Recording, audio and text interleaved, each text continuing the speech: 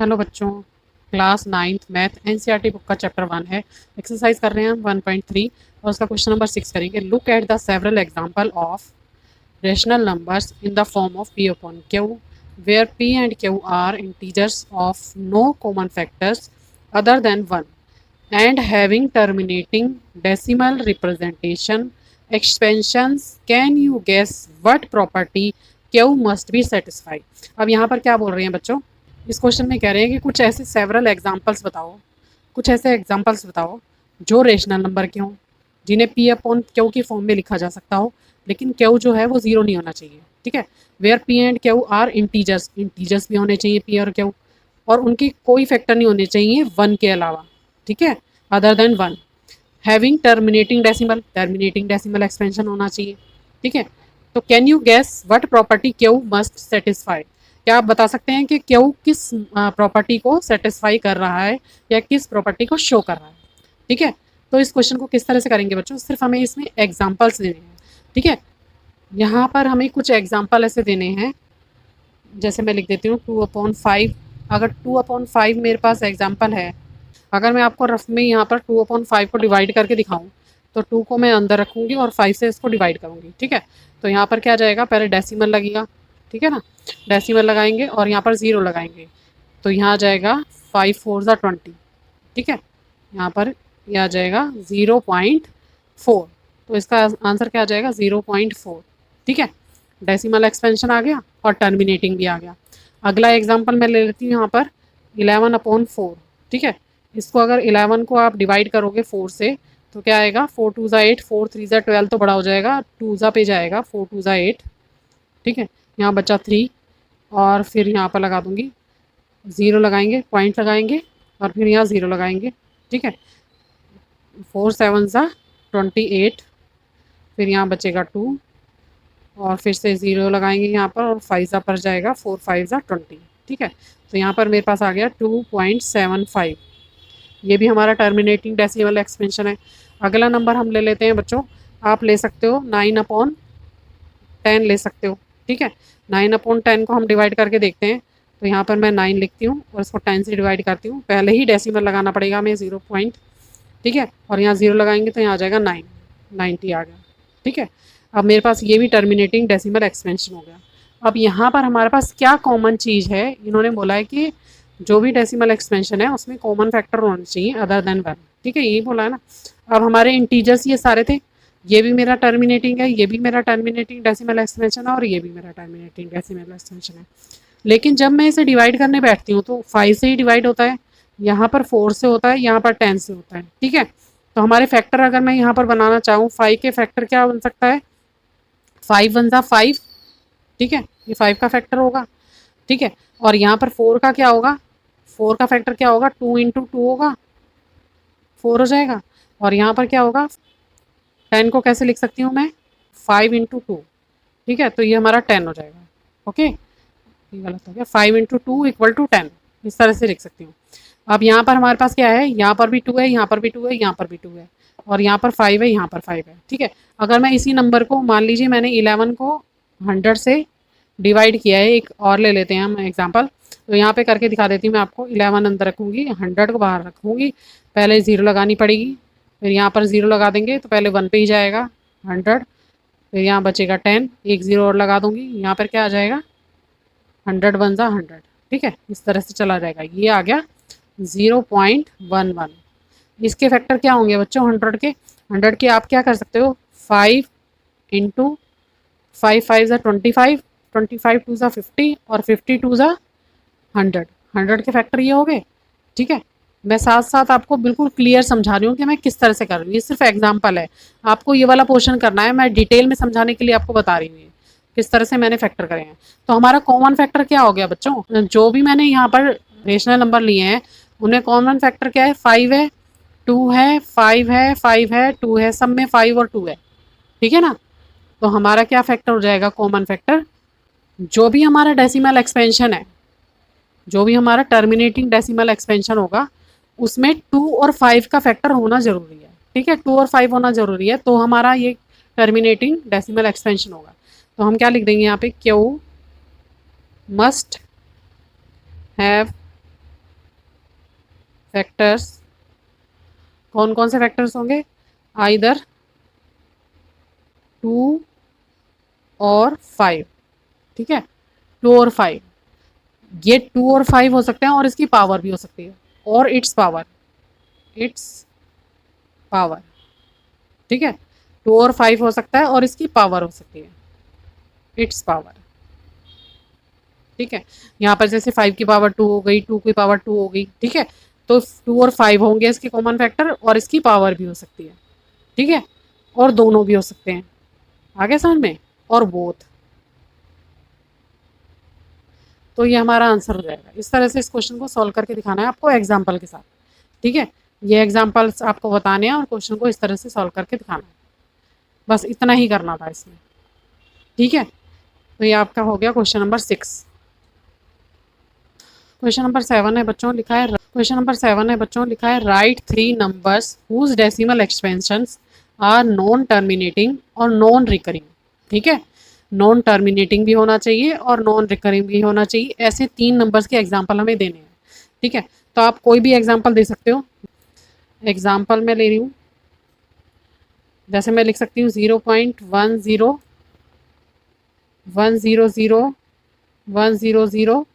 100 1000, सिर्फ नंबर्स में 0 0 बढ़ाती रही हूँ, पहले इसके बाद 10 है, फिर 1 के बाद 20 है, 1 के बाद 30 है, 1 के बाद 40 है, ठीक है, आप इस तरह से इसको लिख सकते हो, एग्जाम्पल नंबर 1 ही हो जाएगा।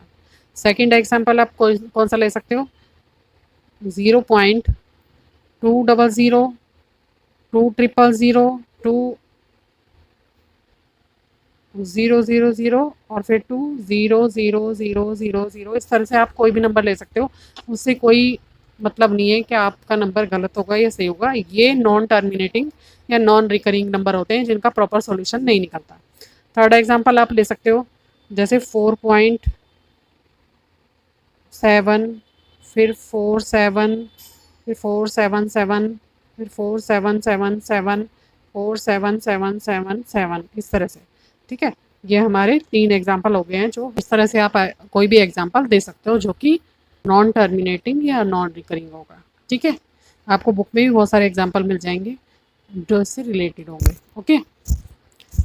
तो अगर आप चाहो तो और भी लिख सकते हो, जैसे यहाँ पर एक नंबर लिखा हुआ है, एग्जाम्पल 4 भी लिख सकते हो, ये लिखा हुआ है 0.150 1500 1500 एग्जाम्पल, ठीक है, इस तरह से आप कुछ भी एग्जाम्पल यहाँ पर दे सकते हो, ये नॉन टर्मिनेटिंग और नॉन रिकरिंग के एग्जाम्पल है, बस आपको यही बताना है इस क्वेश्चन में।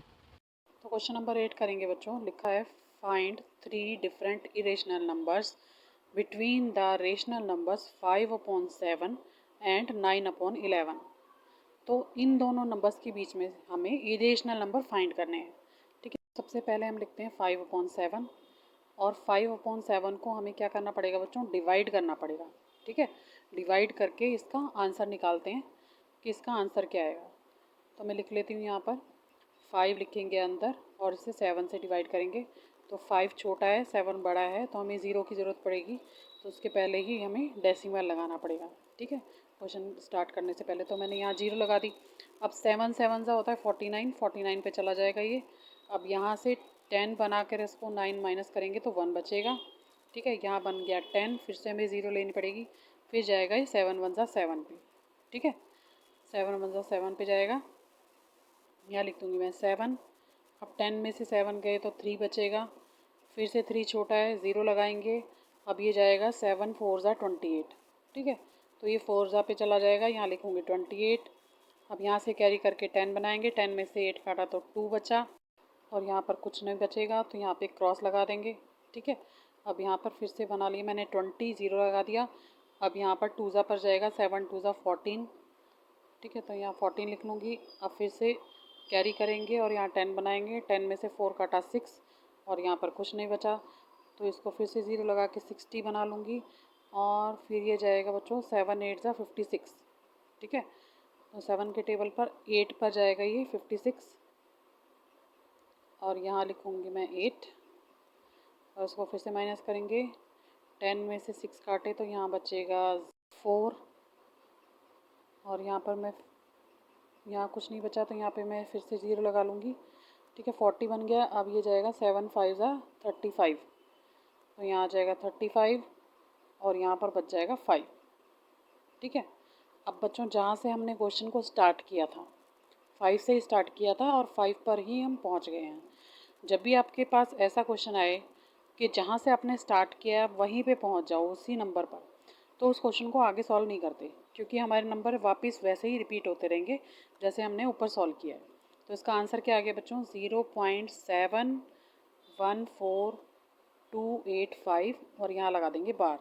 ठीक है, क्योंकि वही नंबर बार बार रिपीट होंगे, इसलिए हमने आगे उसका सॉल्यूशन नहीं किया और इस तरह से अपना आंसर लिख लिया। एक आंसर तो हमारे पास आ गया। अगला नंबर हमें सॉल्व करना है 9/11। ठीक है, अब 9/11 को भी डिवाइड कर लेते हैं बच्चों। तो यहीं पे मैं डिवाइड करके दिखा देती हूँ आपको। यहाँ लिखना है मुझे अंदर 9 और 11 से इसे डिवाइड करना है। ओके, तो 9 छोटा है 11 बड़ा है, तो हमें क्या करना पड़ेगा? पहले ही डेसिमल लगाना पड़ेगा ताकि हम 0 लगा सकें। ठीक है, और हम लगा देंगे यहाँ पर 0 पॉइंट डेसिमल और एक 0 लगा देंगे 9 के साथ। ये जाएगा 11 8 ज़ा 88 पर, और यहाँ पर माइनस करेंगे तो आ जाएगा 2। ठीक है, और फिर से हमें 0 लगानी पड़ेगी, तो ये जाएगा 11 1 ज़ा 11 पर। ठीक है, अब यहाँ पर मैं 1 डाल देती हूँ और इसको 11 से डिवाइड कर देती हूँ। 11 1 ज़ा 11। अब यहाँ पर हम कैरी करके जब माइनस करेंगे तो यहाँ हमारे पास बच जाएगा बच्चों 9। ठीक है, तो ये क्वेश्चन हम आगे सॉल्व नहीं करेंगे। हमने 9 से स्टार्ट किया था और वापस हमारे पास 9 आ गया, तो इस क्वेश्चन को हम यही छोड़ देंगे, क्योंकि हमारे पास 8 1 8 1 8 1 बार बार रिपीट होने वाला है। ठीक है, यही नंबर हमारे पास रिपीट होता रहेगा, इसलिए हम इसको यहीं पे छोड़ देंगे, आगे सॉल्व नहीं करेंगे। इसका आंसर हमारे पास यही आ गया है। अब हम इसका आंसर लिख देते हैं यहाँ पर। इसका आंसर होगा 0.81 और बार। ठीक है, तो हमारे पास 2 नंबर आ चुके हैं कैलकुलेट करके। एक बड़ा नंबर आया है 0.714285। ठीक है, और एक नंबर आया है 0.81 बार। ओके, बार दोनों में है, ये ध्यान रखना। अब हमें 71 और 81 के बीच के नंबर लिखने हैं, 0.71 और 0.81। यहाँ पर आपको पूरा नंबर नहीं देखना है, जो आगे के 2 स्टार्टिंग के नंबर हैं 71 और 81। ठीक है, यहाँ पर 81 है ऊपर, तो बच्चों यहाँ पे आपको 71 से यानी कि 0.71 से स्टार्ट करके और 0.81 के बीच में कोई भी नंबर लिख लेना है। ठीक है, 3 नंबर्स आपको लिखने हैं। तो पहला नंबर मैं लिख रही हूँ 0.720 7200 72000 और 720000। ठीक है, बाकी आप डैश डैश डाल सकते हो। सेकंड नंबर आप लिख सकते हो 71 से स्टार्ट था, मैंने 72 से यहाँ स्टार्ट कर दिया। ठीक है, आप 73 से लिख सकते हो। मैं यहाँ पर लिख रही हूँ 0.751 75 ले रही हूँ मैं। ठीक है, फिर 7511 7511 फिर 751111। ठीक है, आगे डैश डैश। बस आपको यही ध्यान रखना है, जो स्टार्टिंग के नंबर हैं उनसे ही अगले नंबर से स्टार्ट कर दो। थर्ड जो नंबर मैं लिख रही हूँ वो है 0. अब 72 भी ले लिया मैंने, 7275 भी ले लिया। अब मैं यहाँ पे 80 ले रही हूँ, 80 800 800 80000 आगे डैश डैश। ठीक है, बस आपको इसी तरह से यहाँ पर नंबर लिखने हैं। ये आपके हो गए आप 3 इरेशनल नंबर, ये आपका आंसर हो गया। पहले डिवाइड करके देखना है। ठीक है, और फिर उन दोनों के नंबर के बीच के नंबर्स को आप आंसर की फॉर्म में लिख सकते हो, आंसर के रूप में लिख सकते हो। ठीक है, कोई ज़्यादा मुश्किल क्वेश्चन नहीं है, बहुत ही आसान है। तो ये था आपका क्वेश्चन नंबर 8। क्वेश्चन नंबर 9 करेंगे बच्चों। क्वेश्चन है classify the following numbers as rational और इरेशनल। आपको कुछ नंबर्स दिए गए हैं यहाँ पर, जिनमें से आपको बताना है कि ये रेशनल नंबर हैं या इरेशनल नंबर हैं। ठीक है, मैंने इसके 5 पॉइंट्स हैं, मैंने सारे क्वेश्चन यहाँ पे लिख लिए हैं। और सबसे फर्स्ट नंबर का क्वेश्चन है जो वो है √23। तो √23 का बच्चों कोई फैक्टर नहीं हो सकता और इसका स्क्वायर रूट भी नहीं हो सकता। 23 किसी का भी स्क्वायर रूट नहीं है। ठीक है। और जिस नंबर का स्क्वायर रूट नहीं निकलता, जिसका कोई फैक्टर नहीं होता, वो होता है इरेशनल नंबर। ओके, तो इसलिए हमने इसको लिख दिया इरेशनल नंबर। सेकंड वाला जो नंबर है वो है 225। बच्चों अगर आपको फैक्टर याद होंगे, अगर आपको स्क्वायर रूट याद होंगे, ठीक है, तो आपको पता होगा कि किसका स्क्वायर है। कम से कम 30 तक आपको स्क्वायर याद होने चाहिए। तो अगर इसके हम फैक्टर करेंगे तो इसको किस तरह से लिख सकते हैं, 15 इंटू 15, क्योंकि 15 का स्क्वायर है 225। ठीक है, तो अगर हम इसका स्क्वायर रूट निकालेंगे तो इसका आंसर क्या आ जाएगा, 15 आएगा। और 15 को हम पी अपॉन क्यू की फॉर्म में लिख सकते हैं। ठीक है, किसी भी नंबर के नीचे हम 1 अपने आप लगा सकते हैं, इसलिए रेशनल नंबर हो जाएगा। ठीक है, क्योंकि इसे पी अपॉन क्यू की फॉर्म में लिख सकते हैं, तो यहाँ पे इसका आंसर हो जाएगा रेशनल नंबर। ओके, यही बताना है ना हमें, रेशनल नंबर या इरेशनल नंबर क्या है ये। थर्ड वाला जो नंबर है वो है पॉइंट वाला नंबर 0.3796। ये नंबर बच्चों हमारा रेशनल नंबर होगा। रेशनल नंबर इसलिए होगा क्योंकि ना ही ये रिपीट का हो रहे हैं नंबर, ठीक है, ना ही इसके आगे डैश डैश लगा हुआ है। ओके, और ना ही यहाँ पर बार लगा हुआ है, तो ये कौन सा नंबर हो जाएगा, रेशनल नंबर हो जाएगा। जब भी हम किसी नंबर को डिवाइड करते हैं और उसका प्रॉपर सॉल्यूशन निकल जाता है बच्चों, तो वो होता है रेशनल नंबर। ठीक है, ये हमारा पॉइंट में आंसर तभी तो आया, हमने किसी नंबर को डिवाइड किया होगा तो इसका आंसर आया होगा। ठीक है, आगे डॉट भी नहीं लगा, बार भी नहीं लगा। तो फोर्थ वाला नंबर है बच्चों 7.478478। अब यहाँ पे आप देख रहे हो कि यही नंबर रिपीट हो रहे हैं, सेम नंबर। ठीक है, अलग अलग नहीं है, 478 जब सेम नंबर हमारे रिपीट होते हैं बच्चों, तो वो होता है हमारा रेशनल नंबर। ठीक है, आगे डैश डैश तो लगा है, इसका मतलब ये नंबर आगे तक चलेगा। ठीक है, लेकिन हमारा रेशनल नंबर है क्योंकि इसके नंबर जो हैं वो चेंज नहीं हो रहे हैं। 7 पॉइंट के बाद 478 आगे भी 478 है। इसी के साथ फिफ्थ जो हमारा पॉइंट है उसका नंबर आपको देखते ही पता चल जाएगा कि इरेशनल नंबर है, क्योंकि सारे नंबर चेंज हो रहे हैं। ठीक है, 1.101, फिर 001, फिर 0001। ठीक है, तो ये रिपीट नहीं हो रहे हैं, नंबर सारे अलग हैं, तो ये हमारा इरेशनल नंबर होगा। जब नंबर चेंज होते रहते हैं, हर बार नंबर चेंज हो जाते हैं, तो वो हमारा इरेशनल नंबर होता है। ठीक है, तो ये इस तरह से आपको लिख के बताना है कि कौन सा रेशनल नंबर है और कौन सा इरेशनल नंबर है। तो ये था बच्चों क्वेश्चन नंबर 9। तो यहाँ पर ये एक्सरसाइज ख़त्म होती है और उम्मीद करती हूँ आपको सारे क्वेश्चन समझ आए होंगे।